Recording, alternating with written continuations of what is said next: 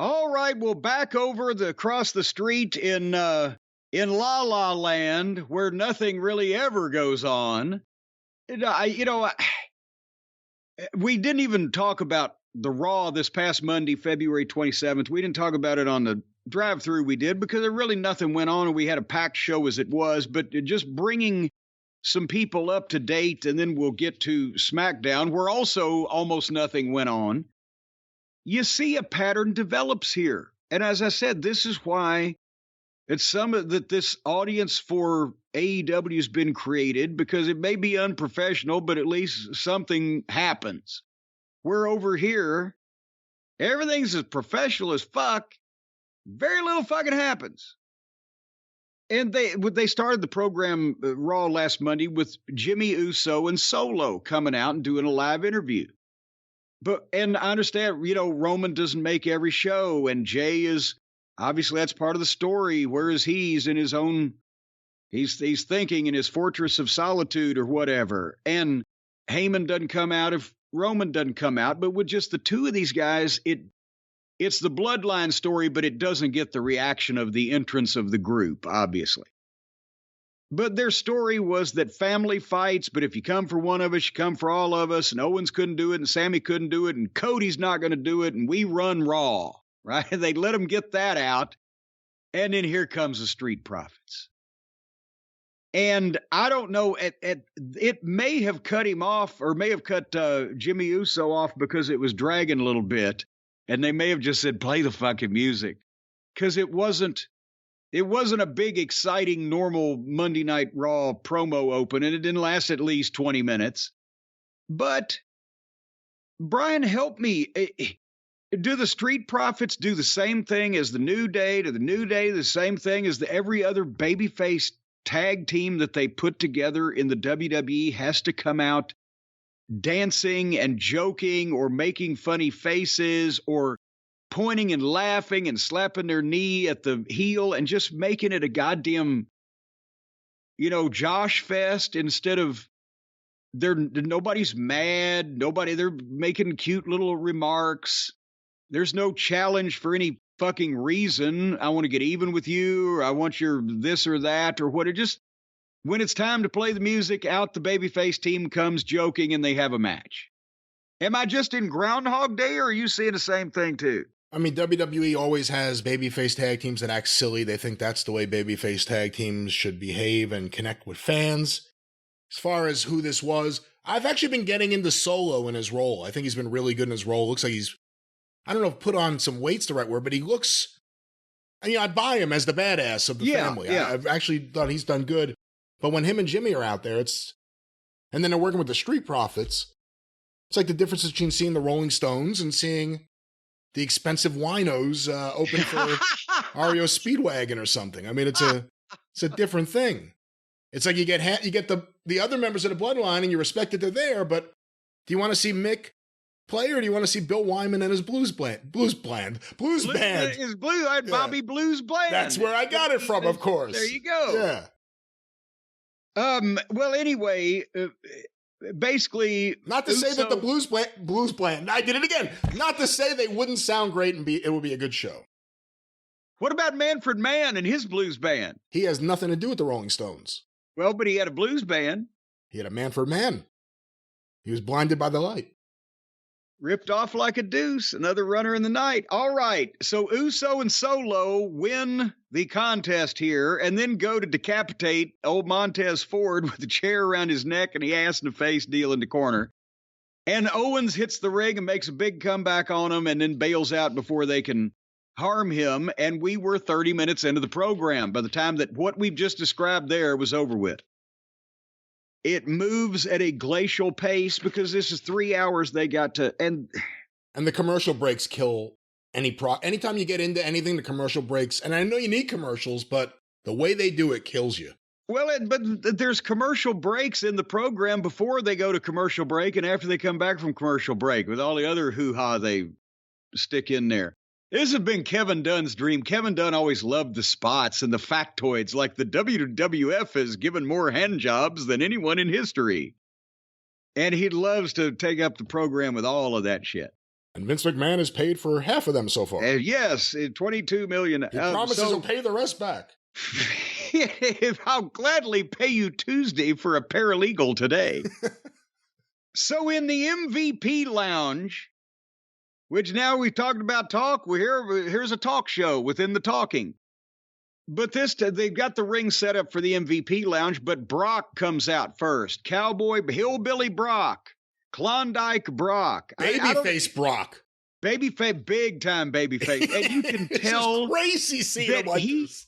He enjoys being a complete smartass and having people cheer him for it because he hates those people too. And he's thinking, this is fucking great. I'm fucking with everybody. He just doesn't like people.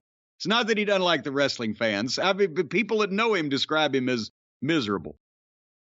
But anyway, he comes out and like I said, when he came back, he was like Cowboy Brock, and then he went to, Klondike Brock. I think now he's almost one of the Scuffling Hillbillies. He's got fucking moonshine in his pocket. But he enters MVP's set and sits down in the chair and then waits on MVP, who has challenged Brock to face Almost at WrestleMania. And we'll talk about what prompted this match here after we talk about this interview. But so Brock, MVP's coming out. He don't want to get in the ring with Brock. He thinks Brock's going to beat him up. But Brock, no, you're fine. It's all about business. I got no beef with you. And it dragged a little bit, but finally Brock coaxes MVP into the ring and says, sell me this match. Hype man, big, manager, has sell me why that I should fight Almost. And MVP came in the ring on the promise of no suplexes. So I think one of the things is in years past, promos had more energy because time was a premium. You were on an hour program or even on a 2-hour program. Nobody was allowed to just talk for 10, 15 minutes. Lawler in Memphis, because it was open-ended and open formatted, but he could do it and get away with it. All these talk shows, every Piper's Pit was 2 minutes. Yes. I mean, people look back on the live interviews with the Horsemen, the live interviews that Herd used to want to cut because they were too long away from action on the TBS program. We would put down for 5 minutes with all of the Horsemen or whatever. The Horsemen promos from TBS and Crockett syndicated TV that people remember usually were more like 3 minutes, and they might get in a fight and go into the ring or whatever. But no, I've talked about those open-ended promos on the 2-hour show in Dallas for World Class. It was boring as shit a lot of the time. And those things still didn't go 10 minutes with multiple talents in them. But nevertheless, now they've got 3 hours, and the writers want to write material for the guys that to start out that has really no bearing on the money drawn aspect of it. They're doing their little mini plays and their interaction first. So you got talk. Anyway, I think the longest live interview I ever had on Smoky Mountain Wrestling that I booked myself on was like 6 minutes and something, and people have put it, I think it may be the one that I had the nosebleed on when I was selling 4 different matches in 4 different cities over Thanksgiving weekend. Anyway, MVP starts giving him the big sales pitch and about why they should fight, and starts getting more confident as he's getting into it. And I enjoyed this part where he's telling Brock to his face how the Nigerian giant can beat him. And finally, when he gets finished, he's got that, he's all puffed up now, and Brock loved it, and he accepted the challenge, and he high-fived him. And he said, let's celebrate with a handshake and a drink. And MVP goes to pop the champagne, and Brock says no, and he pulls the flask of moonshine out of his jacket, not jacket, but ripped up blue jean vest farm outfit inside pocket. And he takes a big swig and gives it to MVP, who warily takes a big swig of it. And as it settles in on him, he did a great job of spit. He spit all over fucking Brock's face. Just, bah! He's puke. And who pitched that to him? And then you're going to spit this in Brock's face. Yeah. Probably Brock. Be honest with you, probably Brock. And then Brock fucking turns fucking green and picks him up and F5s him. But so it was a good job. Not a suplex. Not a suplex. So he is a man of his word, not a suplex. So it was a good segment. Took a little while to get there. Almost didn't appear. That was a good thing because the way MVP described it, you might want to see the match. But the problem is we've seen almost. And I don't think they can Zulu him again into, stealing this thing. But the alternative, from what we now understand, Brian, from sources within the industry, is that a good way to term it? Sources within the industry? Paul Levesque, yes. Well, when Bray Wyatt came out a couple of weeks ago and did the deal where he somehow challenged, in whatever screwy way that was that week, the winner of Brock Lesnar or Bobby Lashley, so whoever wins, the lights go out, run. Well, now we understand. That's why Lesnar hit him in the balls. Yeah. Now we understand where that fucking finish came out of nowhere. Because Brock said, fuck you, my lights ain't going out because I pay my bill and I'm running as far away from a match with you as possible. And ixnayed, as they say, the idea of him working with Bray Wyatt. So it fell to Bobby Lashley, who is not as independent and more of a team player, who is now apparently going to have to go down that road. Brock said, fuck you, I ain't doing that shit. We talk about it. There's no way to work with Bray Wyatt and not get killed. There's no way to come out of that and look better on the other side. And Brock Lesnar, whatever you want to say about him, he's been pretty smart in how he's handled his career. He saw that and said, you know what? That sounds awful. I'd rather wrestle almost. And that's the match he's going to have instead. Amazing. And some people were saying that Brock was going around shaking people's hands just in case he didn't see him in the future for a while. Sorry you have to work with Bray. I'll see you next time. Yeah. I ain't doing this shit. So, we'll get to poor Bobby in a minute. And then you told me to watch this, and I must admit that I probably would have anyway because Cody was involved. But Cody wrestled Shoosh Boy, Chad Gable, and you pointed something out to me that now I understand, and actually I agree with your assessment, that in all probability, Cody asked to work with Shoosh Boy. Not obviously because of his gimmick, but because of how good an athlete and a worker he is at doing things when in a previous life before they ruined him and made him a complete joke and ruined his entire wrestling career. And literally picked him up and threw his career off a fucking bridge into a dry creek bed.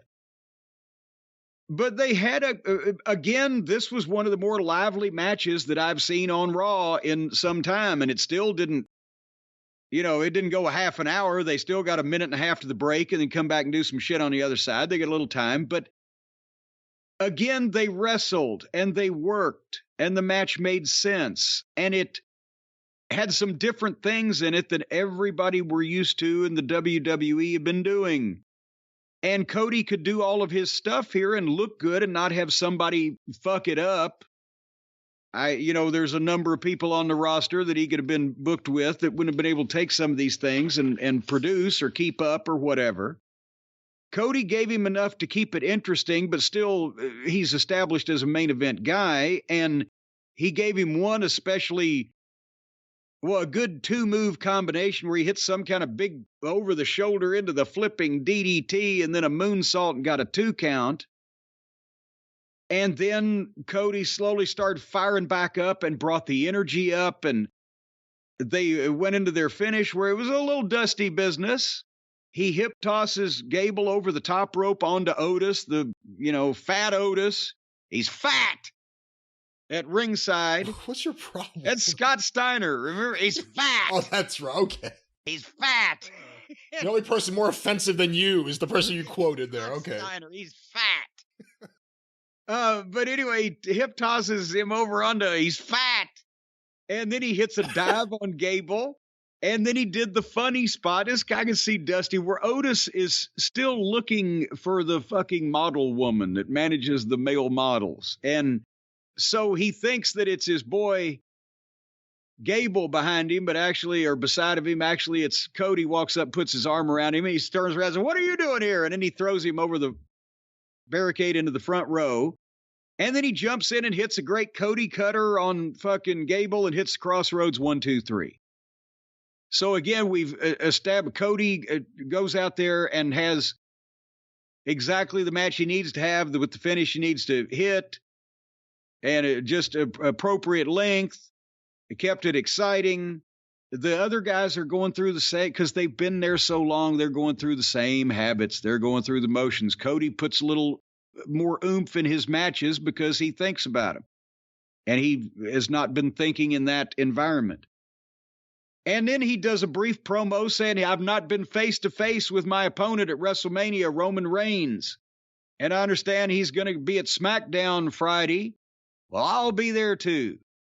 So they set up, they're going to be face-to-face for the first time. And that, again, what'd you think? Exactly what it needed to be, right?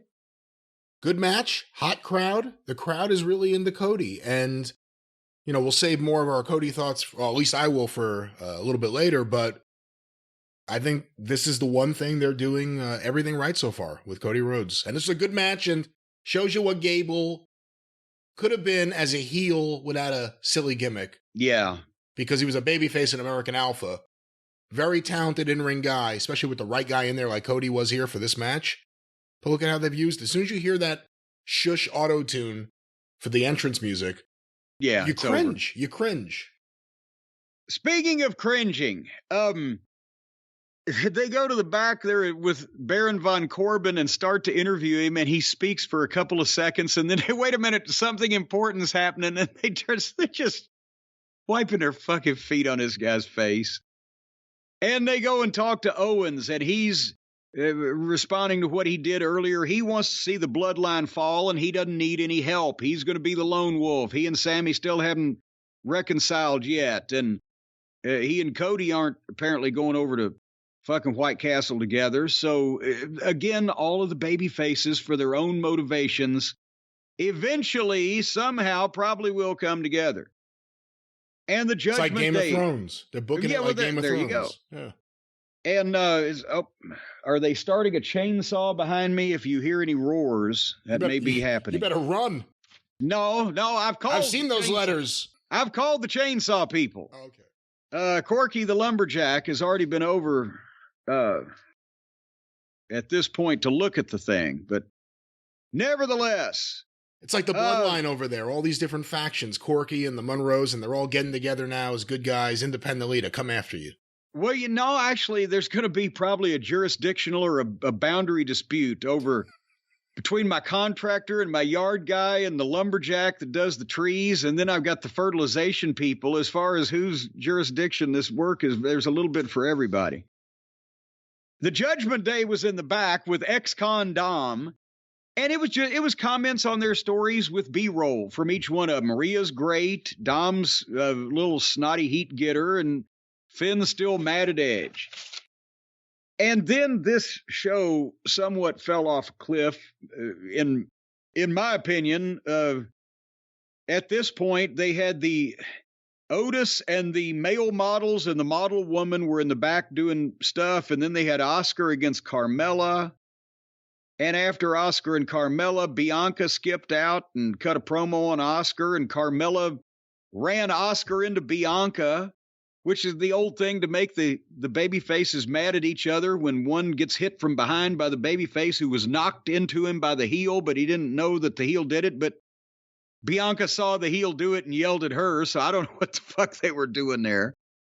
And then they gave us Piper Dewdrop against Candy LaRue. And then, I swear to God, the Judgment Day confronted Johnny Sameface in the back, and they made fun of him. And then they came to Miz T, and this is over a period of a long time. It's not like this is just moving this quickly either. And that Miz TV again. And he reveals that he will host WrestleMania. He will be the host of WrestleMania. For what? Why? Why does WrestleMania need a host? Does Dana White come out in a fucking tuxedo and say, "Welcome to the UFC"? What? Yeah, and then Miz is in the ring, and here comes Seth, and they talk forever because I think the writers love to write for Seth and Miz because they love to talk the writers writing. And you know more than I do about how to hold on here. Let me get to it. Seth has been trying to get a hold of Logan Paul because now, even though he's the Joker from Batman and fucking talks weird and laughs and cackles and dances, now he's a babyface, and Miz is a heel and will not call Logan Paul on his phone for Seth Rollins. So Seth super kicks him and gets his fucking phone. And then goes over and takes a selfie or whatever of Miz there knocked out on the mat, and then sits down, and within 15 or 20 seconds, he's found Logan Paul's number and called him. Can you just grab somebody else's phone, smartphone, and find a person's number in like 20 seconds? Is it that easy? Because I don't know how to do it at all. Well, I mean, if his phone wasn't locked and somehow Rollins could access the data, if he went to the contacts and he went to the letter L or the letter phone P, locks? You can lock the phone? Yeah, most people, as soon as you turn off the phone, it locks. So you need a passcode, or you need your eyes or your fingertip or whatever mechanism you use to get into your phone. Your eyes or your fingertip? Well, yeah, I see it, and here's my it scans, finger to punch the button. It'll recognize your face and open the phone. What? You didn't know this? I don't know what the fuck you're talking about. You can hold... I've seen like in a James Bond movie where they take the fucking guy's eyeball out and hold it up next to the goddamn vault and it unlocks. No. What the fuck are you talking about? If you have an iPhone, you may have one that you could just hold up in front of your face. It'll recognize you and open up right away. It'll unlock. Well, how do I know it's that smart? How do I know it won't just say, "Hey, you look like Jim. Come on in. Take all of his shit"? Well, someone would have to look somewhat like you and also have access to your phone to pull off that scam. Well, the thing is, or a mask, okay, or some kind of mask. Let's say that I ever got a smartphone, which I won't, then somebody would hire somebody to follow me around that looked like me. And when I would drop my phone or leave it somewhere, then that lookalike would pick it up and take a picture of his face and and take over my identity. Why would you leave it somewhere? And I don't think you would drop it. Well, it's an accident. Put it in your pocket. I was a victim of circumstance. Are you wearing a blazer? Then if I put it in my pocket, then it's either going to fall out of my fucking pocket or I'm going to sit on it and break the fucking thing like all these other people do. But let me ask you, is that not a pain in the ass that every time you go to make a phone call or whatever, your phone is locked and you have to fucking stare at it first or stick your finger into it to make it work? Sometimes certain phones will identify your fingertip, your fingerprint, I guess I should say, and it'll unlock the phone at that point, and you can go in there and access your data. So that a criminal couldn't get into it unless they cut off your finger and took it with them and used it to get into the phone.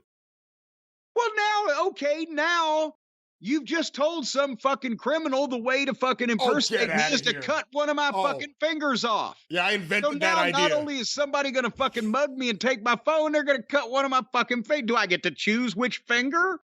Can I make it here? Actually, recognize the pinky? Yes, you could pick which finger I think you want to use. All right, pinky finger on my left hand. If I've got to lose one, I guess that'd be the one to lose. Why don't you throw everyone off? Use one of your toes.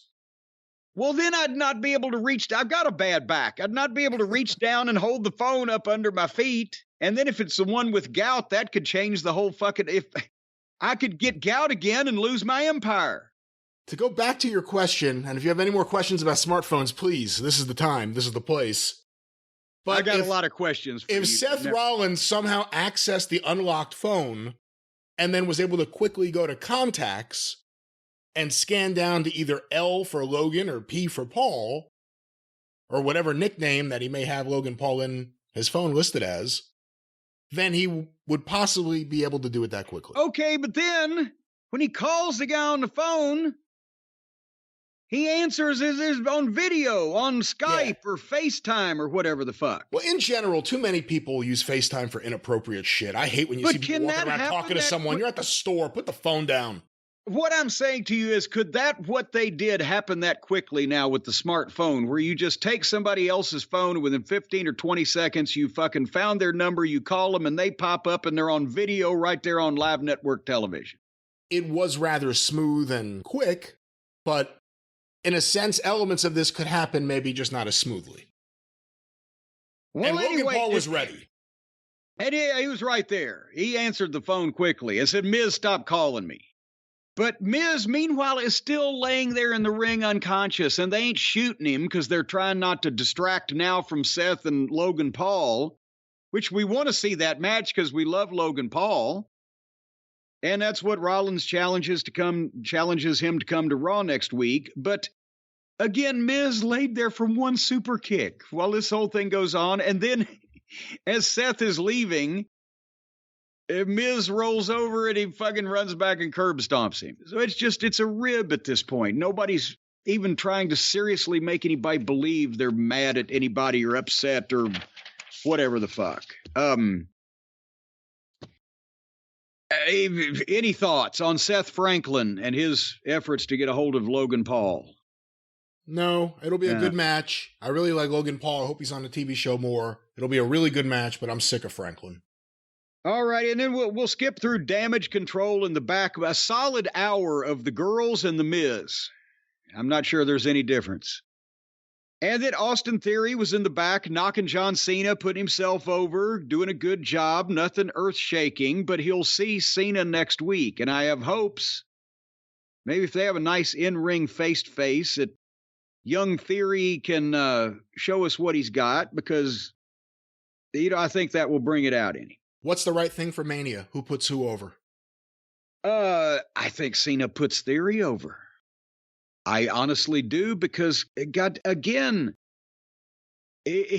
John, they need John's star power, but they don't need to get him over anymore. He wrestled one match in the calendar year 2022, and it was the highest rated or one of the highest rated SmackDowns of the year. In a six-man. So in a situation like this, he's not going to be any more over by beating Austin Theory, but at the same time, it's not like John at this point is oh my God, this may be the last time we'll ever see him, and it would be a downer if he did do a job. Like, you don't want to see Austin come back and get beat or Taker come back and get beat, but John can still come back next year and fucking win something.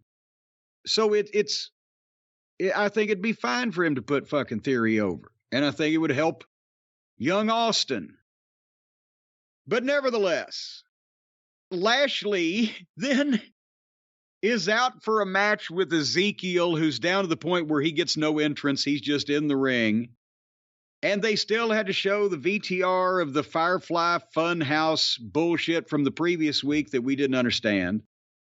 And Lashley hurt-locked Ezekiel in about a minute, so nobody wants to walk with him anymore because he doesn't get far. But then Bobby gets the microphone, and I've said this is not his thing, talking. It needs to be short and sweet and explosive when he's motivated instead of just out there by himself. That's why I think he felt more comfortable in the group, because he could be the head honcho, but he had other people to speak for him. You can see it on his face. It's not his strong point, and he knows it. And also, I think there was an element, honestly, of dread or feeling of impending doom on his face that he has to work with this fucking guy. And he could already see, because he didn't have confidence in what he was saying. He just had to go, I don't play kids' games. Bray Wyatt, keep my name out of your mouth or I'll hurt you. It wasn't like a full-throated, I'm going to get myself over here for a minute and a half type of thing. And then suddenly, as he's trying to leave Lashley down the aisleway, on the screen, there is Bray Wyatt. And this is so bad and so hokey and so silly. And it buries anybody that's the victim of this. There, Bray Wyatt dressed up as Lashley doing an exercise video and shaking his butt and the jazzy Richard Simmons kind of music and Mr. Muscle Man. And he's making fun of Lashley, who is already an easy target for people to make fun of him because he's had so many questionable fucking things done to him, happened to him here lately over the past several months. And it hurts Bobby. It's all going to be silly. Even Bobby Lashley, a beast like that, for this pudgy, fat, bearded fuck that shows us nothing ever, Bray Wyatt, and never gets to a point, and he's going to sell nothing for the Lashley, this beast. But it was bad because it was silly, and then it got spooky, and it got sillier, and the lights go out like always. Do you agree with Bobby? He was especially timid and within his shell here at this point. I don't even know what to say anymore about this. Who is this entertaining isn't even the right word. Who is this for, this Bray Wyatt stuff? I don't understand why someone would see this and say, I need to see more of it, especially if you've seen more of it already. And then you see even more of it. He's terrible. He's the worst wrestler in WWE, and he barely wrestles. Every segment he is in is just garbage that doesn't belong on wrestling. This belongs in a modern horror film or maybe a horror series. And how does he pitch it? How do you give a verbal or a written summation of pitch? Do they just let him take a camera and go just shoot this shit and edit it himself? How does he explain what he wants to anybody else? And why would you give a guy carte blanche? Yeah, just go shoot and say whatever and put it together because we can't write this because we don't know what the fuck you're talking about. And I've been producing some form of television wrestling for 30 fucking years. And I don't know how longer than that. And I don't know how the fuck that you would even instruct an editor what the fuck you want out of this. You hand it in. He's doing it himself with his people, I think. And he hands them whatever. He's got people? Everyone has people. Well, I got some people I'd like to get together with his people. They could have lunch. Anyway, you thought things may be different with this guy when he came back. I apologize. I am suitably chastened. In the back, some girls were yelling at Adam Pearce and acting silly for whatever reason, and I wrote, God damn, this is fucking wrestling now. And then Otis, with the male models and model woman in his corner, wrestled Johnny Sameface. So that was a real rip snorter. And then Heyman was in the back. And he was asked about Cody being at SmackDown by another one of the female interviewers, whatever her name was. And Heyman again gives another great performance in a pre-tape. He just everything he does is gold. Except for his hair, which is now jet black. Is he dyeing his remaining tresses? Because I thought I saw, didn't I just see it was either lighter brown or potentially graying around the edge of whatever is left back there on his cranium here not long ago? Why would you then start dyeing it after you've revealed that? Isn't the horse left the barn? He wants to look young. Well, I'll tell you, folks, you've got to put up with whatever I turn into or whatever happens to me, because I'm going to do, I like to do just, routine maintenance, but I'm not going to have a contractor come in and do any kind of upgrades or falsify the fucking extent of the issue. So whatever I look like is basically what I'm looking like from now on. And Paul quit speaking at 10:30 p.m. Eastern Standard Time. And the bell rang for the next match, which was the main event, somewhere around 11:15. And it was for the women's tag team title. They hadn't had enough of the girls on the show. And it was Becky Lynch and Lita against Kai and Sky. And I already knew by the time I got to this point in the program what was happening. And it's Kai and Sky. And if I hadn't seen more women than a sorority house already, I might have watched this to see how Lita looked. But nah, and they won the belts. How did Lita look? Did you see any of this? A little bit. I wasn't really into this match. I didn't think Lita looked the greatest. They did a interesting move. They took Trish Stratus, one of the biggest stars in the history of the women's division, and just had her randomly show up to be the manager at ringside. Okay, to support Lita. To be dropping by. Yeah, I don't understand why you would announce, again, someone you think may get a few people to tune in to see her. Who knows? But it was fine for what it was, new tag team champions. Well, there you go. You know what Dr. Tom Pritchard used to say, don't you? What's the difference between the circus and a sorority house? The circus is full of cunning stunts. And that was... Let's make sure we give credit where credit's due. That was Dr. Tom Pritchard, ladies and gentlemen. That was Raw.